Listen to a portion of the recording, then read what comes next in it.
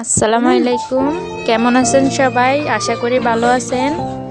দেখেন আমার ছেলে হাসানে চিপস আলু খাইতে বলছে, আমি এখন বানাচ্ছিলাম স্বাদ মতো সব কিছু দিয়ে দিলাম। এখন তেলের মধ্যে ভাজতেছি। কিছুগুলো দিয়ে কিছুক্ষণ নাড়াচাড়া করে তেলের মধ্যে দিলাম। এগুলো আস্তে আস্তে মশমশা হবে।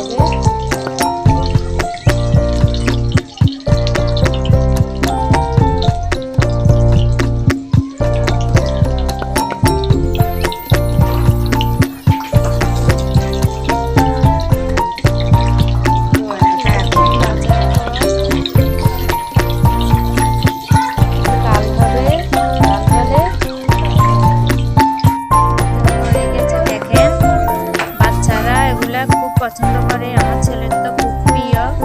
এটা হলো বিকালের নাস্তা, ও খাইতে চায়। দুদিন পর পর বা প্রতিদিন বা ভাজি করে দিই। ওর খুব প্রিয় নাস্তা এটা। আলু তো বাচ্চাদের পছন্দ। দোকান থেকে কিনে আনাচ্ছে, ও ঘরে বানানো ভালো।